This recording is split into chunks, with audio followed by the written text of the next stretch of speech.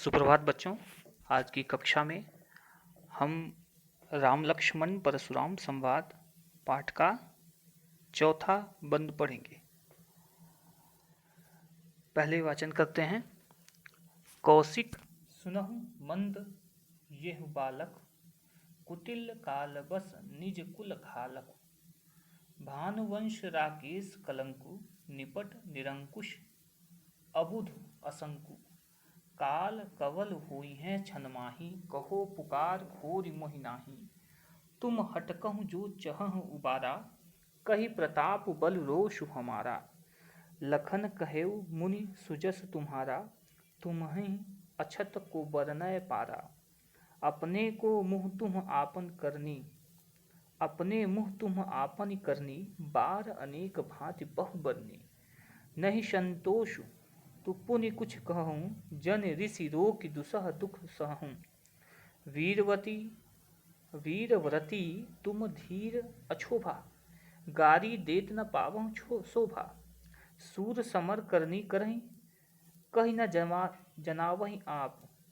विद्यमान रन पाई रिपु, कायर कथहीं प्रताप। पहले भी बताया जा चुका है कि भाषा है अवधी। मूल रचना जहाँ से ये पंक्तियाँ ली गई हैं उसका नाम है रामचरितमानस, जो तुलसीदास जी द्वारा लिखी गई सबसे प्रमुख रचना है ना। उनकी रचनाओं में सबसे श्रेष्ठ और सबसे प्रमुख है, और हिंदू धर्म में उसे एक धार्मिक ग्रंथ के रूप में भी देखा जाता है।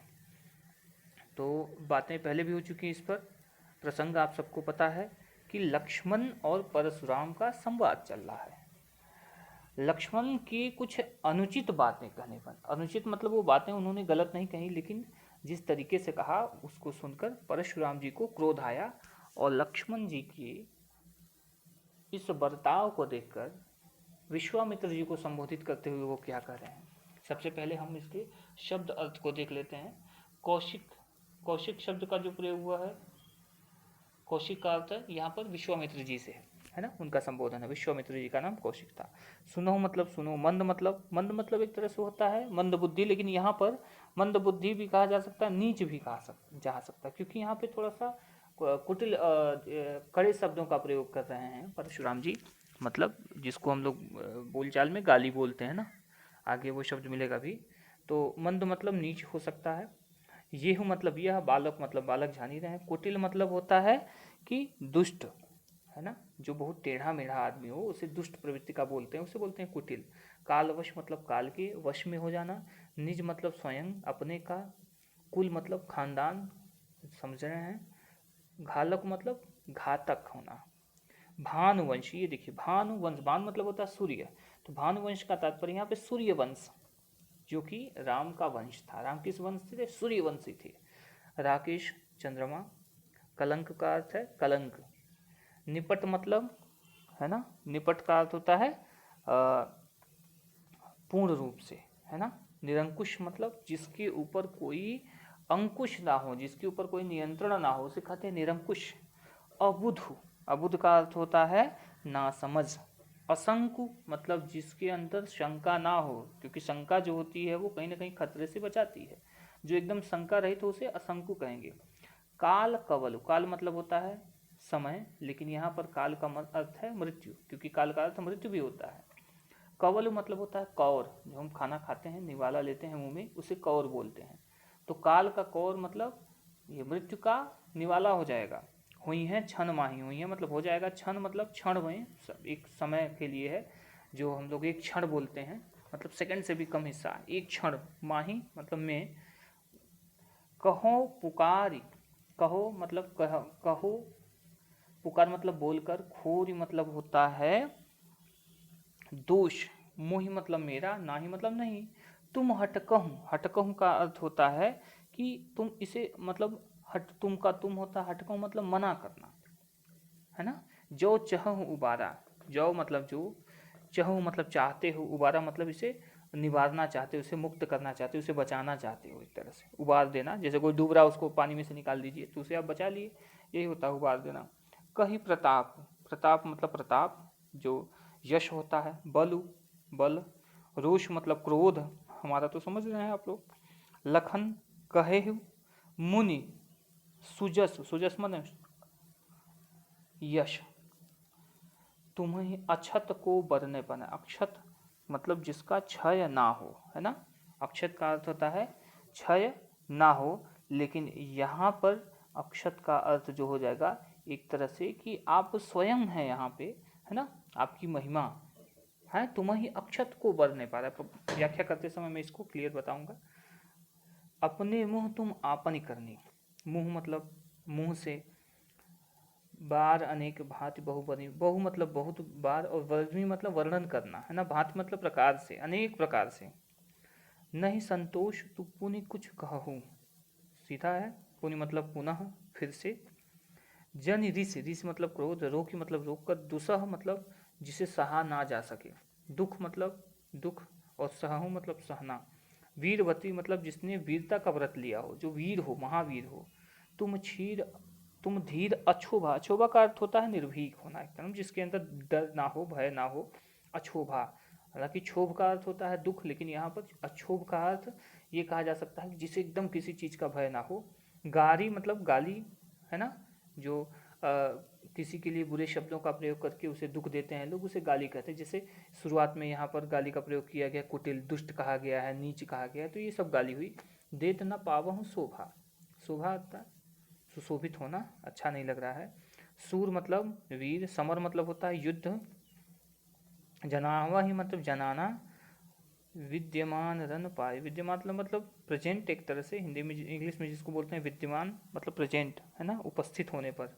रण मतलब युद्ध, पाई मतलब पाकर, रिपु मतलब होता है जो वैरी, शत्रु होता है रिप का अर्थ। कायर मतलब कायर समझ रहे हैं। कथई मतलब कहना, प्रताप मतलब अपना यश। अब आते हैं इसकी व्याख्या पर।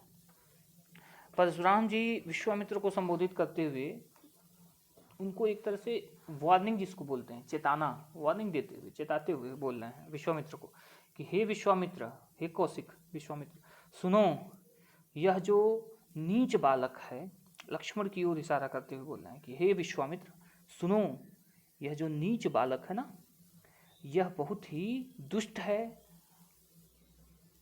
मृत्यु के वश में आने वाला है, और बहुत ये अपने कुल का, अपने खानदान का नाश करने वाला है। यह काल के वश में, और अपने ही कुल का, निज कुल घालक मतलब यह अपने ही कुल का नाश करने वाला है। विश्वामित्र से क्या करें कि हे विश्वामित्र सुनो, यह नीच बालक, यह जो नीच बालक है, यह बहुत ही कुटिल स्वभाव का है। मंद मतलब मंद बुद्धि भी कह सकते हैं, है ना। यह मंद बुद्धि बालक भी कह सकते हैं कि यह जो बालक है यह बहुत ही मंद बुद्धि है, नीच है, और बहुत ही कुटिल अर्थात दुष्ट स्वभाव का है। यह काल के वश में है और अपने ही कुल का नाश करने वाला है। भानुवंश राकेश कलंगु, यह सूर्य वंश रूपी राकेश, यहाँ पर रूपक अलंकार हो गया। भानुवंश राकेश मतलब सूर्य वंश रूपी चंद्रमा के माथे पर लगा हुआ कलंक है ना। निपट, और यह निपट मतलब पूर्णतः, पूर्ण रूप से, निरंकुश मतलब स्वेच्छाचारी है। निरंकुश का अर्थ हो जाएगा एक तरह से कि जिसके ऊपर किसी का नियंत्रण ना रहे, तो कह सकते हैं कि यह पूर्ण रूप से उदंड है। यह पूर्ण रूप से उदंड, नासमझ और शंका रहित है। शंका रहित का अर्थ हो जाता है कि मतलब जिसके अंदर कोई डर, कोई भय ना हो, कुछ की बात, किसी बात में के लिए वो थोड़ा सा भी सशंकित ना हो, इसको निडर भी कह सकते हैं, है ना। काल कवल हुई है छनमाही, है ना, कहो पुकार खोरी मोहि नाही। आगे क्या करें परशुराम की, यह एक क्षण में, क्षण माही मतलब एक क्षण में ही काल का निवाला हो जाएगा, अर्थात यह एक क्षण में ही मृत्यु का कौर बन जाएगा, अर्थात इसे मैं एक क्षण में ही नष्ट कर दूंगा, ये कहने का मतलब है। कहो पुकार खोरी मोहि नाही, फिर बाद में यह बात मैं सबके सामने चिल्ला चिल्ला के बोल रहा हूँ, तब पुकार के कह रहा हूँ कि अगर ये मारा गया मेरे द्वारा तो इसमें मेरा कोई दोष नहीं रहेगा, है ना। खोरी मतलब दोष, मोहि नाही मतलब मेरा कोई दोष नहीं माना जाएगा। तुम हटकहु जो चाहूं उबारा, अगर तुम इसे उबारना चाहते हो, इसे मना करके उबारना चाहते हो, है ना, अगर तुम इस चीज को रोकना चाहते हो, जो चाहूं उबारा, और इसे बचाना चाहते हो, तो कहि प्रताप बल रोष हमारा, तो इससे मेरे प्रताप अर्थात मेरे यश, मेरे बल और मेरे क्रोध के बारे में बताओ। यह सब बातें जब परशुराम ने विश्वामित्र से कही तो लक्ष्मण ने क्या उसका उत्तर दिया, क्या कहा?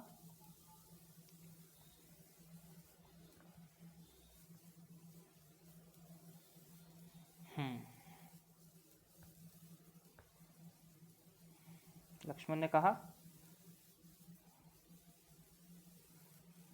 लखन कहेउ मुनि सुजस तुम्हारा। क्या कहा? लखन कहेउ मुनि सुजस तुम्हारा, तुम्हें अछत को बर न पारा। क्या कहा लक्ष्मण ने कि हे मुनि, तुम्हारा ये जो सुयस है अर्थात आपकी जो महिमा है, इसका वर्णन जो है ना, तुम्हें अछत को बर न पारा, माने इसकी महिमा का वर्णन, एक सेकेंड,